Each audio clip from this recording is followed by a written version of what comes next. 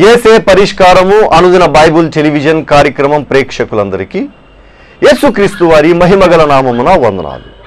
ప్రభువునందు ప్రియ దేవుని బిడ్డలారా, నేటి దినము పాస్టర్ కారుపాటి శ్యామ్ సాగర్ గారి ద్వారా వచన ధ్యానములను యోహాను సువార్త నుండి ధ్యానం చేసుకుందాము.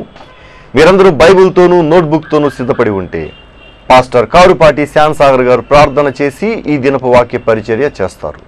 ప్రభువునందు ప్రియమైన దేవుని బిడ్డలారా, ఈ రాత్రి కాలపు వాక్య భాగం కొరకు సహకారం అందిస్తున్న కుటుంబం చొదిమెళ్ల గ్రామం వాస్తవ్యులు కృపానందం గారు, నక్షత్రం గారు, వారి కుమార్తె ఇవాంజలిన్ గారు, అల్లుడు శ్యామలరావు గారి మొదటి వివాహ వార్షికోత్సవం సందర్భంగా సహకారం అందిస్తూ ఉన్నారు. దేవుడు ఈ కుటుంబాన్ని దీవించినట్లు ప్రార్థించండి. ప్రార్థన చేసుకుందాం. మమ్మలను మిక్కిలిగా ప్రేమిస్తున్న మా ప్రియ తండ్రి, మీకు వందనాలు. వాక్యం వినుటకు ఆశతో ఆసక్తితో ఎదురు చూస్తున్న నీ ప్రియ బిడ్డలను మీ వాక్యం చేత మీరు దర్శించమని ప్రార్థన చేస్తున్నాను.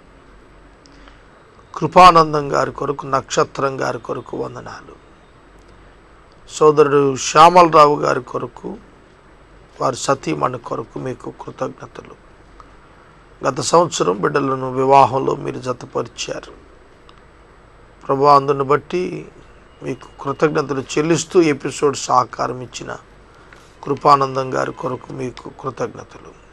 ఈ కుటుంబాన్ని దీవించి ఆశీర్వదించండి. ప్రత్యేకంగా ఈ రాత్రికాలపు ఆశీర్వాదాలు మాపై అనుగ్రహించండి. యేసు ప్రభు పేరిట ప్రార్థన చేస్తున్నాము తండ్రి, ఆమెన్.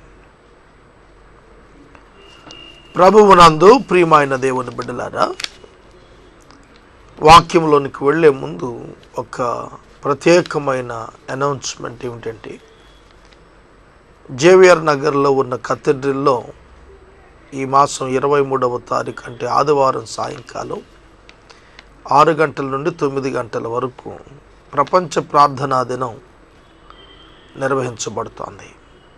4 బిషప్స్ ఆధ్వర్యంలో, అలాగే స్థానిక దైవ సేవకులందరూ ఐక్యంగా ఈ ప్రత్యేక ప్రార్థనలు నిర్వహించనై ఉన్నారు.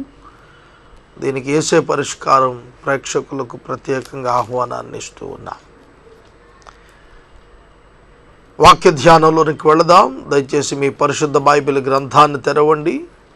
యోహాను శుభవార్త 4వ అధ్యాయము 20వ వచనము నుండి వాక్యాన్ని గమనించండి. యేసుక్రీస్తు ప్రభువారు సమరయ స్త్రీతో మాట్లాడుతున్న మాటలివి. సమరయ స్త్రీ పేరు వ్రాయబడలేదు.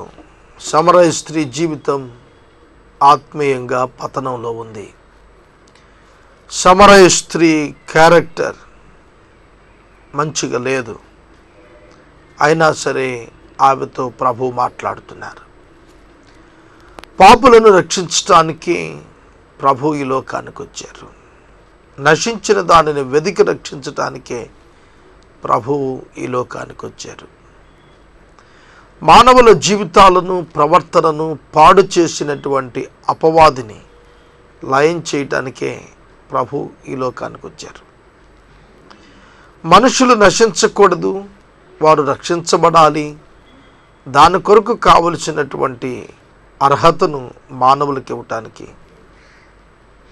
కృప ద్వారా మానవులకు రక్షణ ప్రసాదించటానికే దేవుని కుమారుడు నరునిగా ఈ లోకానికి వచ్చాడు. సమరయ స్త్రీ యేసుక్రీస్తు ప్రభువు వారితో మాట్లాడుతున్నప్పుడు ఆమె జీవజలములను గురించి ఆశపడింది. వాస్తవంగా జీవజలములు అనే పదానికి ఆమెకు అర్థం తెలియదు, కానీ అక్షరాన్ని బట్టి ఆమె వేరొక రీతిగా అర్థం చేసుకుంది. జీవజలాలు అనేది పరిశుద్ధాత్మనికి సూచనగా కనిపిస్తుంది. ప్రభు అంటున్నారు, నేనిచ్చు నీళ్లు త్రాగువాడు అన్నప్పుడు ప్రభువు అనుగ్రహించేది పరిశుద్ధాత్మనే. కనుక ఆ అర్థం తెలియక ఆమె అనుకుంది, ఇక ఎన్నడూ దాహం వేయకుండా చేసే ప్రక్రియ ఏదో మెరకలస్గా ఉందేమో, అది నాకు ఇవ్వబడుతుందేమో అనుకుంటోంది. ప్రభు ఆమె యొక్క వ్యక్తిగత జీవితం ఆమెకు జ్ఞాపకం చేసి ఆమెను ఆత్మీయ నడిపింపు కొరకు సిద్ధపడేటట్లుగా చేశారు. ఆమె నీటిని గురించి వదిలిపెట్టి ఆధ్యాత్మిక ఆరాధనను గుర్చిన విషయం మాట్లాడుతుంది. యేసుక్రీస్తు ప్రభువు ఒక ప్రవక్త అనే భావానికి ఆమె లెవెల్ ఆఫ్ థింకింగ్ ఎదిగింది.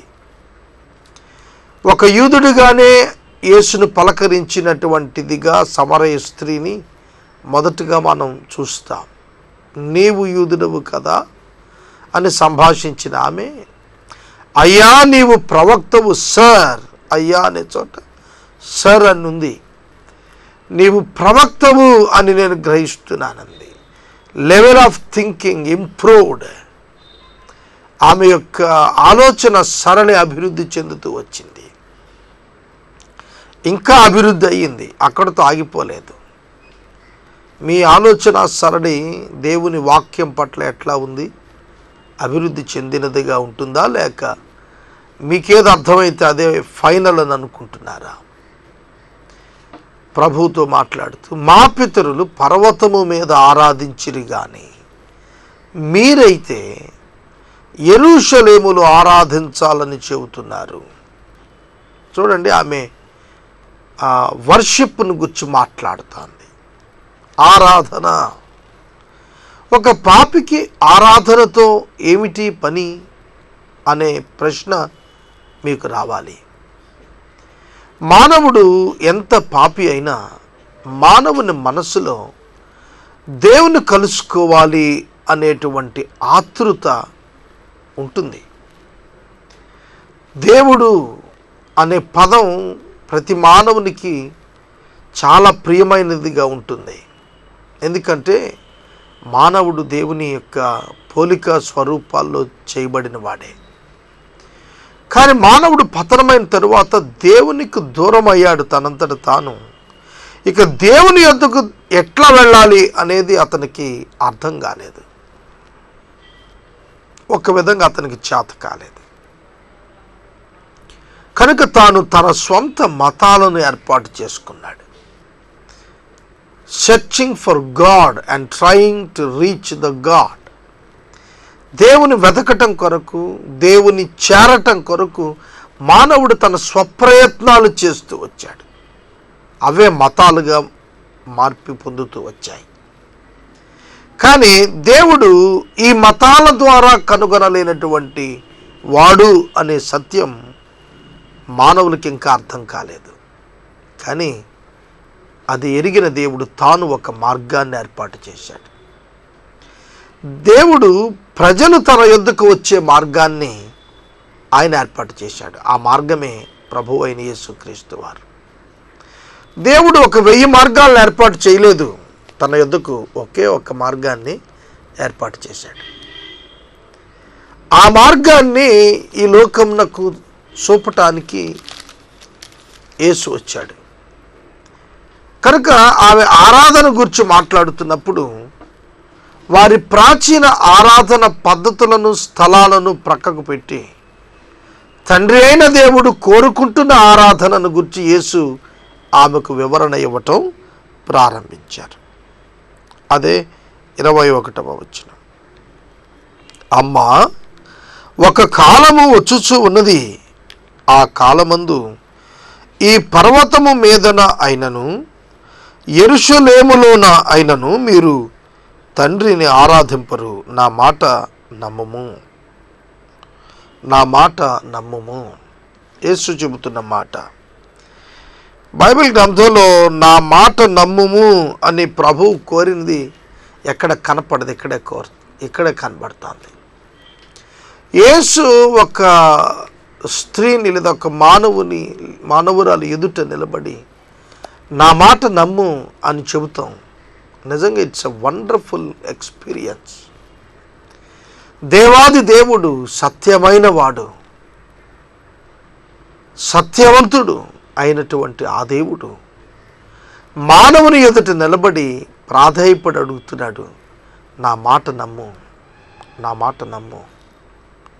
సోదరుడా, సోదరి, దేవుని ప్రేమ ఎంత గొప్పది. నశించిపోతున్న మానవుడు తన చెంతకు రావాలని కోరిన దేవుడు నరావతారిగా వచ్చి నా మాట నమ్ము అని అడుగుతున్నాడు. ఈ రాత్రి నీవు ఆయన మాట వింటావా?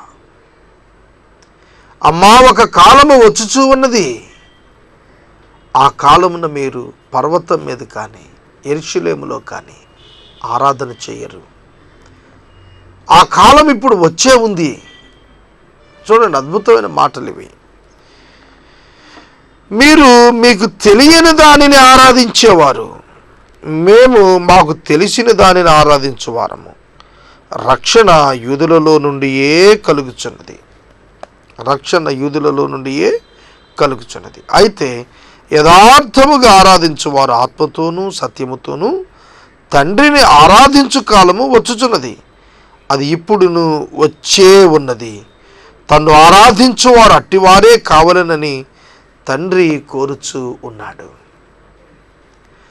దేవుడు కోరిన ఆరాధన ఏమిటి, మానవులు నిర్మించుకుంటున్న ఆరాధనలు ఏమిటి అనేది చూస్తే అప్పుడు ఆ విధమైనదైతే ఇప్పుడు వెర్రితలలు వేస్తుంది. ఆరాధన అంటే ఆత్మతో సత్యముతో చేసేటువంటిది అనే అవగాహన వాళ్ళు ఎవరికైనా ఉందా? అసలు మనం టీవీల్లో చూస్తే మా ఆరాధనకు ఇన్ని వేల మంది వచ్చేస్తున్నారు, అన్ని వేల మంది వచ్చేస్తున్నారని ప్రకటన చేస్తున్నారు సేవకులు. ఆత్మతో సత్యముతో ఆరాధించాలని తండ్రి అయిన దేవుడు కోరుతున్నాడు. అంటే ఏమిటి అర్థం? ఆత్మతో అనగా రక్షించబడిన అనుభవం కలిగిన వారు మాత్రమే పరిశుద్ధాత్మను కలిగి ఉంటారు. కనుక వర్షిప్ చేయటానికి ప్రాథమిక అర్హత ఏమిటో తెలుసునా మీకు? Salvation experience, రక్షణానుభవం.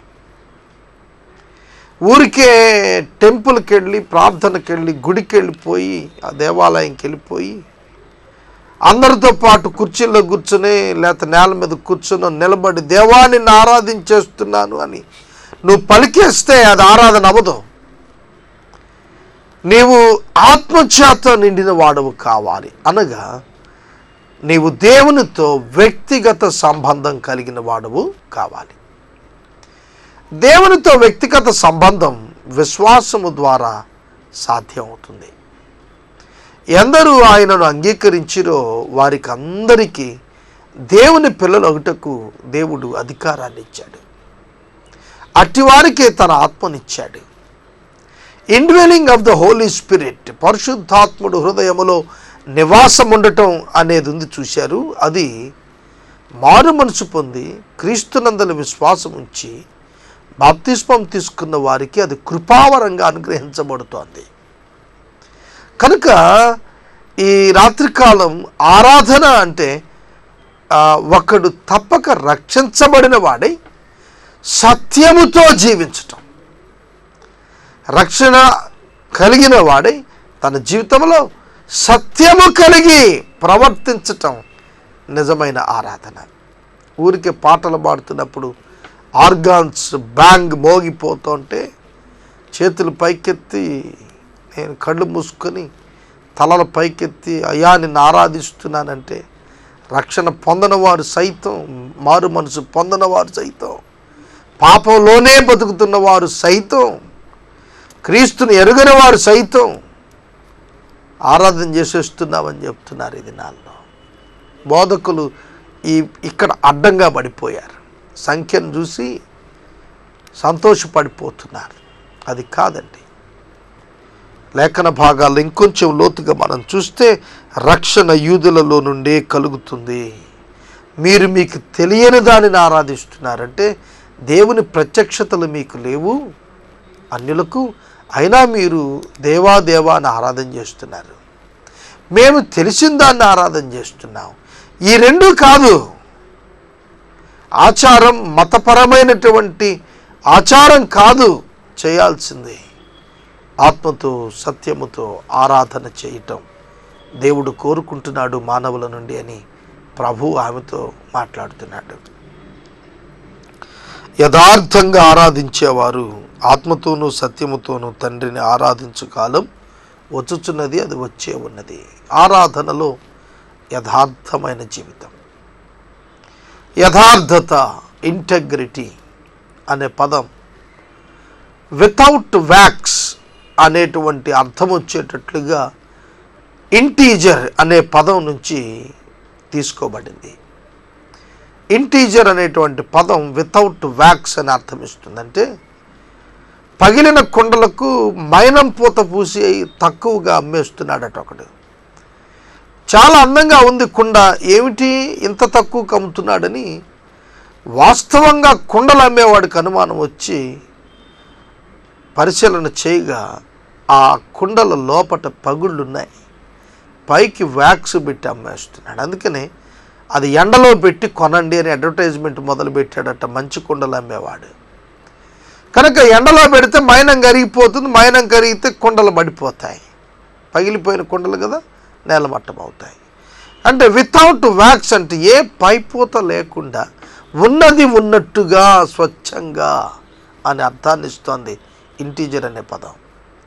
యథార్థంగా ఆరాధన చేయాలనుకునే వాళ్ళంటే, దేవా నీవు నాకు రక్షణ ఇచ్చావు, నీవు నాకు నీ ఆత్మనిచ్చావు, నీ సత్యవాక్యునిచ్చావు, ఇందుకు నేను ఆరాధన చేస్తున్నాను నిన్ను అని చెప్పేటువంటి వారు కావాలి దేవునికి. అది నిజమైన ఆరాధన.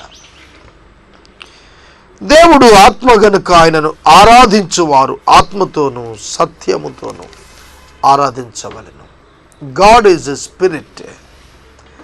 దేవుడు ఆత్మ గనుక, దేవునికి శరీరం లేదు.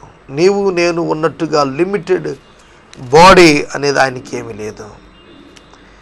ఆయన ఆత్మ, ఆయన యందు సమస్తం నిర్వర్తించబడుతున్నాయి, నిర్వహించబడుతున్నాయి, నిర్మించబడ్డాయి కూడా.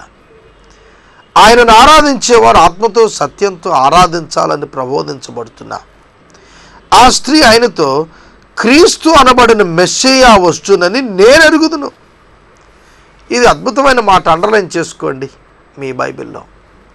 సమరయ స్త్రీ యొక్క ఆత్మీయ పరిజ్ఞానం, ధర్మశాస్త్రమును గుర్చిన వినికిడి పరిజ్ఞానం, లేఖనాలను గుర్చిన వినికిడి పరిజ్ఞానం, వాక్యమును గూర్చి, సత్యమును గూర్చి, యథార్థతను గూర్చి, ఆత్మను గూర్చి దేవుడు ఎప్పుడైతే ఆమెకు బయలుపరిచారో ఆమె వెంటనే మెస్సియాను గురించి మాట్లాడుతున్నారు.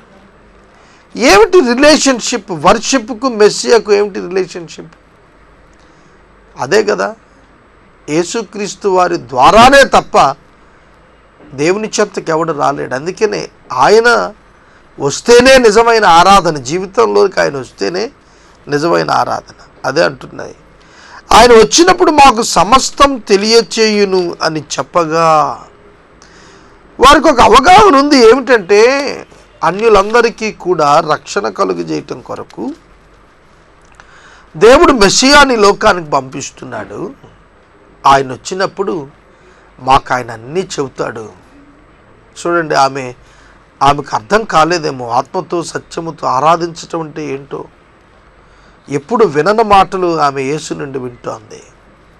అందుకనే ఆవిడంటుంది, అయ్యా మాకు మెస్సియా వస్తాడులే, ఆయన వచ్చినప్పుడు ఆయన అన్నీ చెబుతాడు, ఆయన వస్తాడని నాకు తెలుసు. They believe that the Lord Jesus Christ, the Christ or the Messiah of God will come for them. ఆ అవగాహన ఆవిడికి కలిగింది. ప్రభు అయిన యేసు క్రీస్తు ప్రభు మెస్సియా తమ కొరకే రాబోతున్నాడు, ఆయన వచ్చి చెప్పేస్తాడు మాకేం కావాలో. అంటే ఆమె క్రీస్తును గూర్చిన హృదయ నిరీక్షణ కలిగున్న బిడ్డ. ఆమె క్రీస్తు రాక కొరకు ఎదురు చూస్తోంది. అందుకనే అంటాను నేను, సమరయ స్త్రీని వెతుకుతూ ఆయన వచ్చాడు. జక్కయ్య క్రీస్తును వెతుకుతున్నాడు. జక్కయ్య క్రీస్తుకు కనపడ్డాడు. క్రీస్తు జక్కయ్యను చేర్చుకున్నాడు. జక్కయ్య క్రీస్తుని చేర్చుకున్నాడు. ఆయన కొరకు యథార్థంగా వెతుకులాడే వారికి ఆయన తప్పక దొరుకుతాడు. సత్యం కొరకు యథార్థతతో ప్రేమతో ఆయనను ఎదురు చూచేవారు ఆయన కనుగొంటారు. ఆయనే వారికి ప్రత్యక్షం అవుతాడు. వారి రక్షణ బాధ్యత ఆయన స్వీకరిస్తాడు. అది వాస్తవం. ఆమెలో ఉన్నటువంటి క్రీస్తు కొరకైన ఆధ్యాత్మిక ఆకలి ఉంది చూశారు. అది ఎరిగి ఆమెను రక్షించటానికే యేసు ఆ బావి దగ్గరికి వచ్చి కూర్చున్నది. ఆయన వచ్చినప్పుడు మాకు సమస్తమును తెలియచేయును అని చెప్పాను. సమస్తము అంటే ఏమిటి ఇందులో అర్థం? సమస్తము, ధర్మశాస్త్రం సమస్తం తెలియచేసిందా? ధర్మశాస్త్రం సమస్తం తెలియచేయలేదు. రక్షకుని అవసరతను తెలియచేసింది కానీ రక్షణ ధర్మశాస్త్రం కలుగు చేయలేదు.